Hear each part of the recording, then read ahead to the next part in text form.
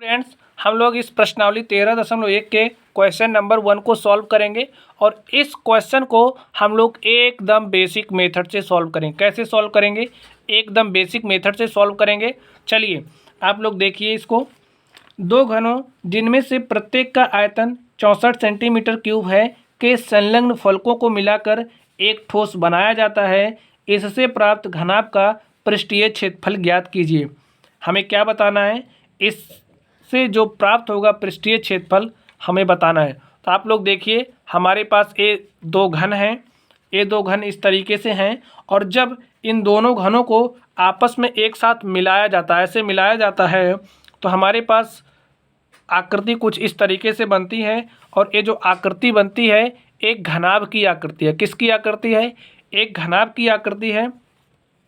और हमें इस घनाभ का पृष्ठीय क्षेत्रफल बताना है। हमें क्या बताना है? पृष्ठीय क्षेत्रफल बताना है। तो आप लोग समझिए, सबसे पहले पृष्ठीय क्षेत्रफल होता क्या है। तो हमारे पास यहाँ पर एक आकृति है, माचिस की डिबिया है, इसके बारे में आप लोग जानते ही होंगे। अब हमें समझिए इसका पृष्ठीय क्षेत्रफल बताना है, तो आपको सबसे पहले यह समझना होगा कि पृष्ठीय क्षेत्रफल होता क्या है। यही बात है ना।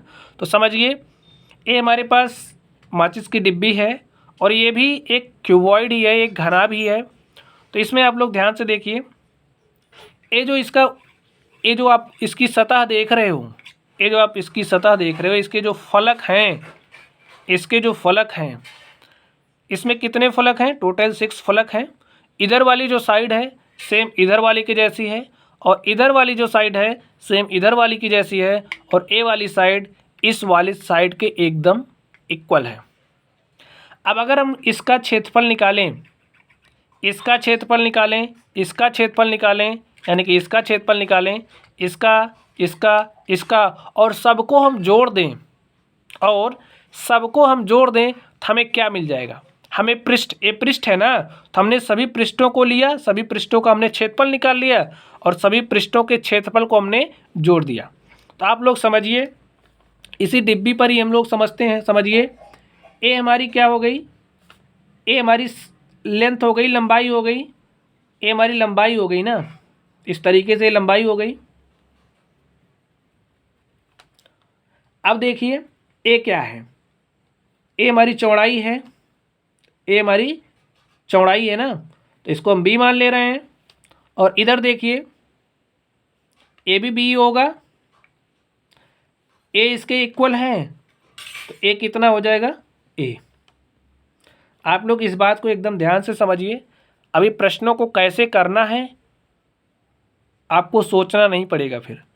तो देखिए, और फॉर्मूला ना भी याद रहेगा तो आप लोगों को जो पहले से एकदम सिंपल फॉर्मूले याद हैं उनसे भी हो जाएगा। देखिए, अब यहाँ से देखिए, अब आप लोग सिर्फ इस ऊपर वाली इसी सतह को लीजिए, इसी सतह को लीजिए, तो आकृति किस चीज़ की बन रही है?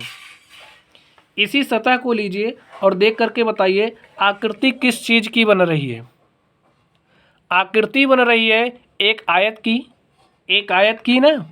तो हम लोग इस आयत का क्षेत्रफल निकाल लेंगे और ए वाला क्षेत्रफल सेम इसी के जैसा होगा, या फिर आप लोग इसका भी क्षेत्रफल निकाल लेना। इसका क्षेत्रफल निकालेंगे, इसका क्षेत्रफल निकालेंगे, और यहाँ पर आप लोग देखिए ए लंबाई इस लंबाई के बराबर है, इसकी चौड़ाई के बराबर है। यानी कि यहाँ पर भी एक आयत ही बन रहा है, यहाँ पर एक आयत ही बन रहा है। सेम इसी तरीके से यहाँ पर भी देखिए आयत बन रहा है, इधर भी वही हो रहा है। तो हम लोग आयत का क्षेत्रफल निकालेंगे, इसका क्षेत्रफल निकालेंगे, इसका क्षेत्रफल निकालेंगे, यानी कि आयत का क्षेत्रफल इस तरह से क्षेत्रफल निकालेंगे और सबको आपस में ऐड कर देंगे तो हमें क्षेत्रफल मिल जाएगा। तो सेम यही काम हमें इसमें करना है। देखिए यहाँ पर ये जो आपको दिख रहा है, देखिए एक है क्या? एक्चुअल में एक आयत ही है, एक आयत ही है ना। तो हम लोग इसका क्षेत्रफल निकालेंगे और इसकी जो ऊपर वाली साइड होगी वो भी एक आयत होगा, उसका क्षेत्रफल निकालेंगे। ए वाली साइड, बाकी जो भी दो साइड है हम लोग इनका क्षेत्रफल निकाल लेंगे और आपस में ऐड कर देंगे। तो चलिए और देखिए, अब यहाँ पे ये जो साइड्स हैं, हमें साइड तो पता नहीं है, तो सबसे पहला काम हमारा होगा साइड को निकालना। तो आप लोग क्वेश्चन को पढ़िए, क्वेश्चन में क्या दिया है? प्रत्येक का आयतन, यानी कि यहाँ पे आपको जो घन दिख रहा है, ये घन आपको दिख रहा है, इसका आयतन कितना है? इस घन का आयतन दिया है 64 सेंटीमीटर क्यूब। कितना दिया है? 64 सेंटीमीटर क्यूब। तो हम लोग सबसे पहले ये जो घन है इसकी भुजा निकालते हैं। तो लिखिए सॉल्यूशन घन का आयतन। तो बताइए घन के आयतन का फॉर्मूला क्या होता है? ए क्यूब होता है। और हमें घन का आयतन दिया कितना है? 64। तो लिख दीजिए 64 is equal to a cube, यानी कि हमें a cube is equal to 64 पता है। ए क्यूब यानी कि देखिए ए घन है और इसकी साइड्स ए हैं, इसकी साइड्स ए है ना, तो इस घन का आयतन क्या हो जाएगा? भुजा का क्यूब। तो इसकी साइड ए है, भुजा ए है, तो भुजा का क्यूब हमने यहाँ पर कर दिया और हमें घन का आयतन दिया है, हमने उसको रख दिया। तो यहाँ से आप लोग इसको हल करेंगे तो क्या आ जाएगा? 4। क्या आ जाएगा? 4। तो यानी कि जो साइड है, जो आपको घन दिख रहा है, इसकी जो साइड कितनी आ गई? ए इज इक्वल टू 4 आ गया है। अब आप लोग इसको देखिए, इसको देखिए A2A है, A2A है ना, तो ये जो घनाभ आपको दिख रहा है, इस घनाभ की लेंथ कितनी हो जाएगी? 2A है, यानी कि लिख लीजिए घनाभ की लंबाई कितना है? 2A है। और हमने हल किया, हल करने के बाद हमारे पास A इज इक्वल टू कितना आया? 4। तो A इज इक्वल टू 4 रख दीजिए, तो हमें घनाभ की लंबाई मिल जाएगी। तो घनाभ की चौड़ाई क्या है?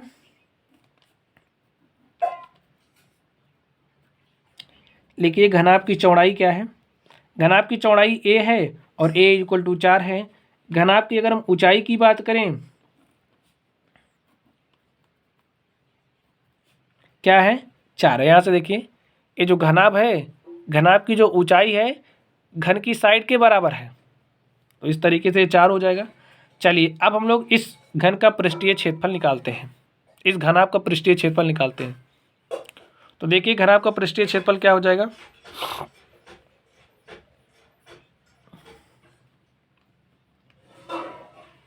घनाभ का,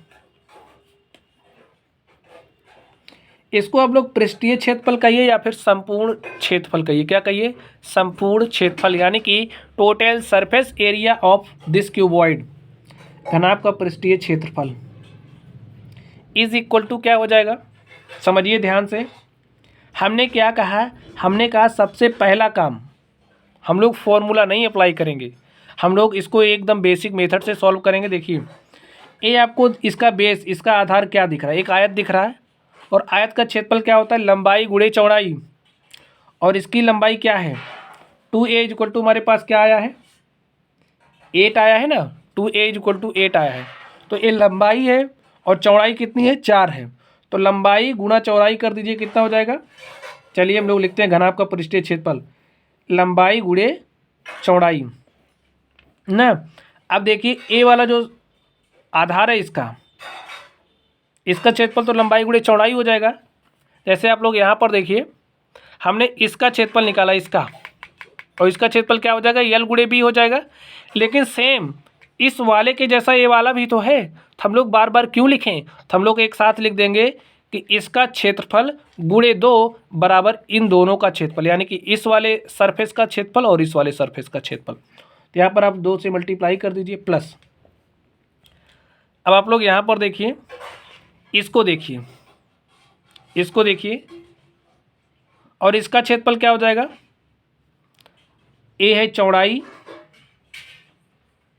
देखिए क्या बन रहा, इस तरीके से जो आकृति बन रही है, इसका क्षेत्रफल क्या हो जाएगा? ए गुणे एच कर दो, ए गुणे एच।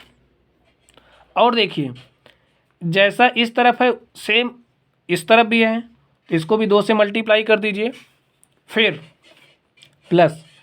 अब देखिए इसकी ये जो फ्रंट वाली साइड है, फ्रंट वाली साइड का मतलब इसकी जो ए वाली साइड है, इस वाली साइड का हम लोग क्षेत्रफल निकालेंगे और 2 से गुणा कर दे तो हमें इस वाली तरफ, इस वाली साइड का भी क्षेत्रफल मिल जाएगा। तो कर दीजिए। अब देखिए ए वाली साइड क्या है? ए इतना एल है इसको यल भी लिख लीजिए, हमने यल लिख दिया है। तो L equal to 2A equal to 8, इसमें आपको कोई कन्फ्यूज़न नहीं होना चाहिए। तो यहाँ पे देखिए L यानी कि 2A, इसको हम 2A ही कर दें, इसको हम 2A ही कर दें। तो 2A multiplied by B plus twice times of A गुणे H प्लस A इतना 2A है, तो लिख दीजिए 2A को किससे मल्टीप्लाई करना, देखिए A साइड है ना, क्या है A है, तो ऐसे लिख दो। अब वैल्यूज़ को रखिए आप लोग,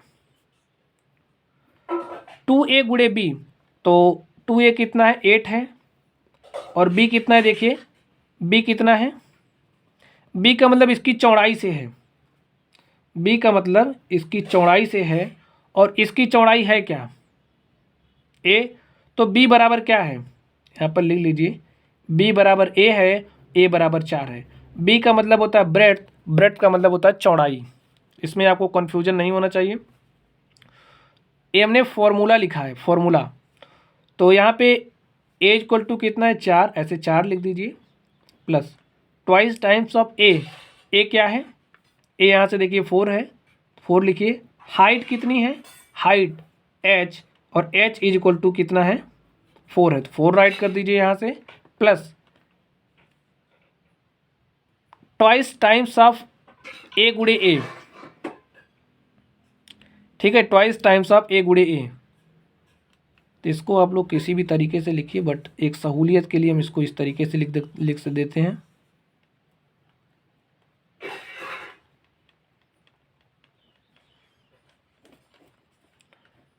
ए तो इसकी साइड्स है ना, इसको 2A गुणे A, और इसी तरीके से 2 साइड्स होंगी, 2 से मल्टीप्लाई कर देना, ठीक है। तो ट्वाइस टाइम्स ऑफ 2A गुणे A कर दीजिए, 2A कितना है 4 है, A कितना है 4 है, तो 4 चौक 16, ऐसे कर देना। 8 चौक 32 प्लस 4 चौक 16, 16 दूनी 32 प्लस 16 दूनी 32 और 32 दूनी 64, 32 दूनी 64 प्लस 32 प्लस 64, और इसको हल कर लीजिए। 4 2 6, 4 10 के शून्य हासिल 1, 6 में 1 जोड़िए 7, 7 में 3 जोड़िए 10, और 10 में 6 जोड़िए 16 सेंटीमीटर स्क्वायर। तो इस तरीके से देखिए हमने एकदम बेसिक मेथड से इस घनाभ का क्षेत्रफल निकाला। इसमें आपको सारी चीज़ें समझनी होगी, यहाँ पर किसी भी बात को लेकर के आपको कन्फ्यूजन नहीं होना चाहिए। तो इस तरीके से हमने क्वेश्चन नंबर 1 को सॉल्व किया। बच्चों, अगर आप लोगों को कोई भी डाउट हो तो आप लोग कमेंट बॉक्स में कमेंट करिएगा। चलिए गाइस, आप लोग इस तरीके से पढ़ते रहिए। अगर इसको नोट करना चाहते हैं तो नोट कर लीजिए। यहाँ पर थोड़ी सी मिस्टेक हो गई थी, चलिए।